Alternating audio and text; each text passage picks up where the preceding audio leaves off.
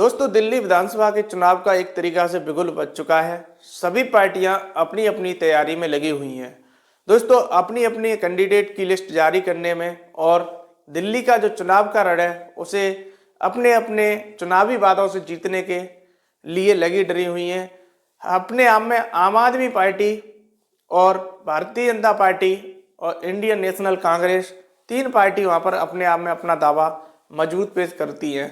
यदि बात करें 2013 से लगातार आम आदमी पार्टी का कब्जा है। 2015 में आम आदमी पार्टी ने एक ऐतिहासिक वहां की विधानसभा सीटों को जीतकर अपना एक हिस्टोरिक बैकग्राउंड बनाया। 70 में से 67 सीट जीतकर आम आदमी पार्टी दिल्ली की विधानसभा चुनाव में सबसे ज्यादा सीट जीतने वाली पार्टी बनी। दोस्तों, यदि बात करें 2020 के चुनाव में आम आदमी पार्टी ने 70 में से 62 सीट जीतकर अपना आप में एक रिकॉर्ड दर्ज किया। दोस्तों, यदि बात करूं दिल्ली के जातिगत समीकरण की, तो दिल्ली का जो जातिगत समीकरण है तो किस इस प्रकार है कि जो दिल्ली के वोटर्स हैं पूर्वांचली पंजाबी और वैश्य जाट और इनके साथ साथ उत्तराखंडी ब्राह्मण के साथ साथ दलित वोटर्स यहाँ पर निर्णायक साबित होते हैं। या तो उनकी संख्या की बात करें तो सबसे लगभग 81% दिल्ली में हिंदू समाज के लोग रहते हैं। 81% हिंदू रहते हैं, वहीं 12% मुस्लिम समाज रहता है। वहीं दोस्तों, यदि बात करें सिख समाज की तो 5% सिख समाज रहता है।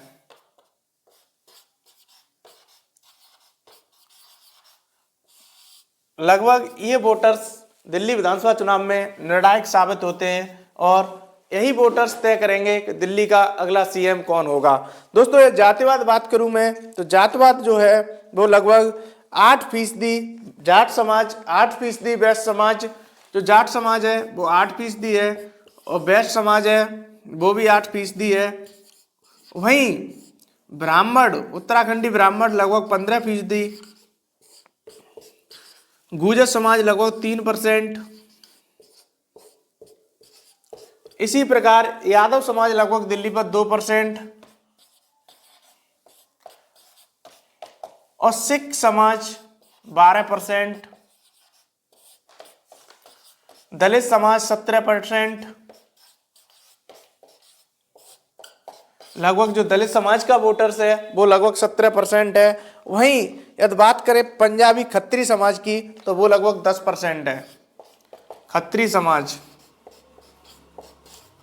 ये भी लगभग 10% है। इसके साथ साथ उत्तराखंडी जो वोटर हैं वो 6% है।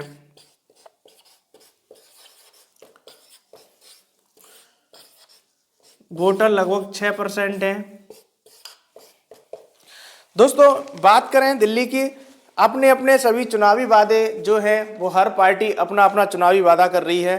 जो दिल्ली के आम आदमी पार्टी के संयोजक हैं और पूर्व मुख्यमंत्री अरविंद केजरीवाल से जब एक पत्रकार के द्वारा पूछा गया कि आपने जो पिछले घोषणा पत्र में जो 2020 का चुनाव था उसमें कहा था कि हम लोग दिल्ली में यमुना जो नदी है उसे साफ करने का काम करेंगे, तो उन्होंने स्पष्ट तरीका से अरविंद केजरीवाल ने पत्रकार को जवाब देते हुए कहा था कि वह कोरोना काल की वजह से मैं 3 साल गुजर गई, उसे नहीं साफ करवाया और लगभग 1 साल से मैं जेल के अंदर झूठे केसों में जो अरविंद केजरीवाल ने अपना स्टेटमेंट दिया था और मेरी जो टीम के मुख्य सदस्य वो भी कहीं ना कहीं जेल भेजने का काम किया गया था।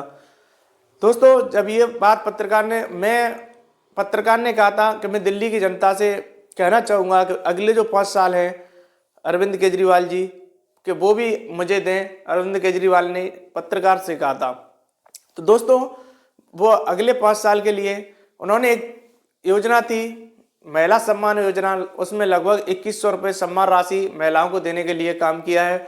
जब उन्हें पूछा गया था कि आपका राजनीति में आने का जो पहले उद्देश्य था वही उद्देश्य क्या अभी बरकरार रहेगा, तो दोस्तों अरविंद केजरीवाल जी इसका जो जवाब था वो जवाब इस प्रकार देते हैं कि मेरा उद्देश्य था शिक्षा, अस्पताल और गरीबी उन्मूलन की रेखा पर जो लोग जी रहे हैं उन्हें मुफ्त में शिक्षा दी जाए, अच्छी बिजली दी जाए और अच्छा रोजगार दिया जाए।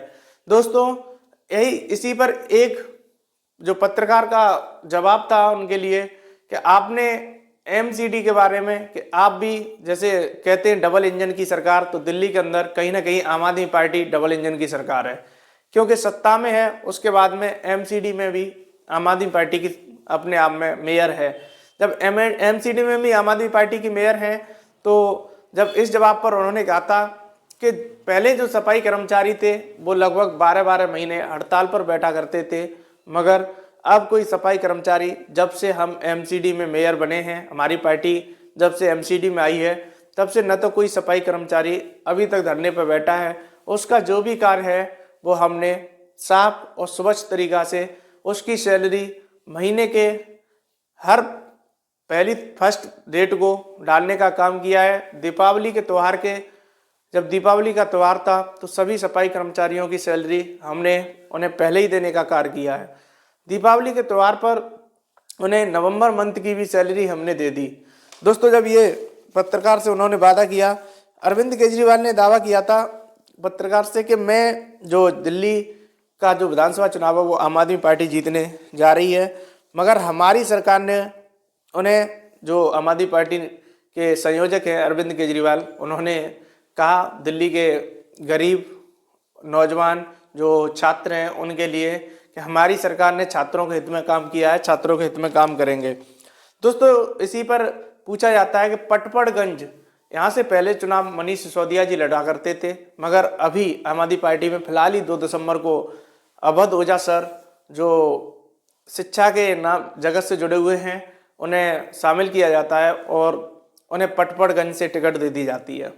तो केजरीवाल जी से ये पूछा जाता है कि क्या उन्हें चुनाव हराने के लिए उससे टिकट दी गई है, तो वो स्पष्ट बोलते हैं क्योंकि मनीष सिसोदिया जी को पटपड़गंज से लगभग 3000 वोट मिले थे।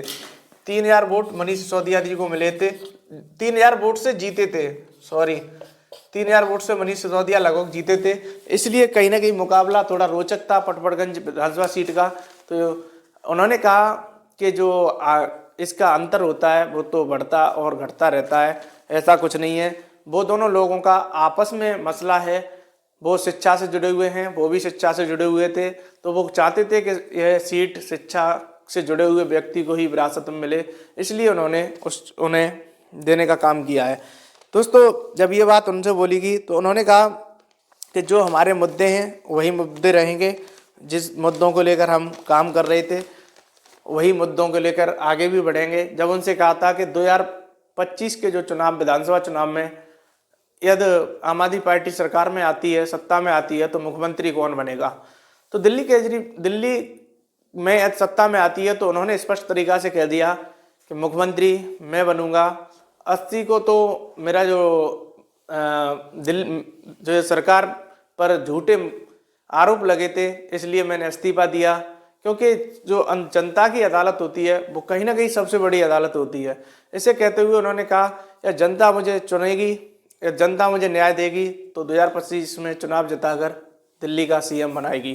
दोस्तों उसके बाद में उन्होंने कहा कि 75 साल में ऐसी कोई पार्टी नहीं आई जिसने शिक्षा के लिए बात की हो, जिन्होंने गरीबों के बच्चे डॉक्टर बनाए हों, इंजीनियर बनाए हों और दिल्ली के अंदर अच्छे हॉस्पिटल्स बनाए हों।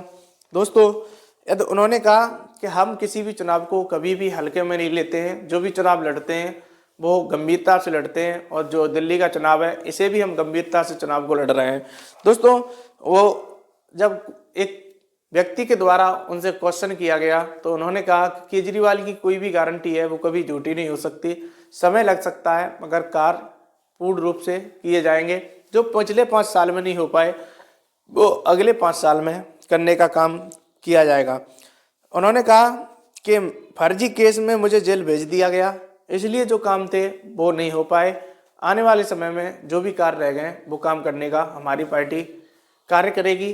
दोस्तों दिल्ली विधानसभा की यदि बात करें तो दिल्ली विधानसभा में लगभग 70 सीटें हैं। 70 में आम आदमी पार्टी का लगभग 62 सीटों पर कब्जा है। 62 सीट पर आम आदमी पार्टी के विधायक हैं। वहीं आम आदमी पार्टी की तरफ से अरविंद केजरीवाल जी को जेल जाने के कारण बाद में उन्होंने आकर 80 जी को मुख्यमंत्री बना दिया था। और कहीं ना कहीं इस चुनाव की बात करें तो आम आदमी पार्टी के जो मुखिया हैं अरविंद केजरीवाल, वो उन्होंने स्पष्ट कर दिया है कि वो नई दिल्ली विधानसभा सीट से ही चुनाव लड़ेंगे। और अस्सी जी की बात करें तो उन्होंने कह दिया है कि वो भी कालका जी से ही चुनाव लड़ेंगी। तो उनसे पूछा गया था कि आपके सामने एक मुख्यमंत्री शीला दीक्षित जो कांग्रेस से रही हैं, उनके बेटे संदीप दीक्षित जी चुनाव लड़ेंगे, तो उन्होंने स्पष्ट बोल दिया कि मैं एक आम आदमी हूँ और वो एक मुख्यमंत्री के बेटे हैं। कहीं ना कहीं ये अरविंद केजरीवाल के जो भी अपने निर्णय हैं, ये तो दिल्ली की जनता तय करेगी कि अपना मुख्यमंत्री किसे बनाएगी, अपने अपने क्षेत्र से किस पार्टी का विधायक बनाकर उस विधानसभा तक भेजेगी। दोस्तों, इस वीडियो बनाने का उद्देश्य सिर्फ और सिर्फ दिल्ली का जातिगत समीकरण और दिल्ली की जो विधानसभा चुनाव के मद्देनजर रखते हुए बनाया गया है। आपको ये वीडियो कैसा लगा, आप कमेंट बॉक्स में कमेंट करके ज़रूर बताएं। जय हिंद, जय भारत, धन्यवाद।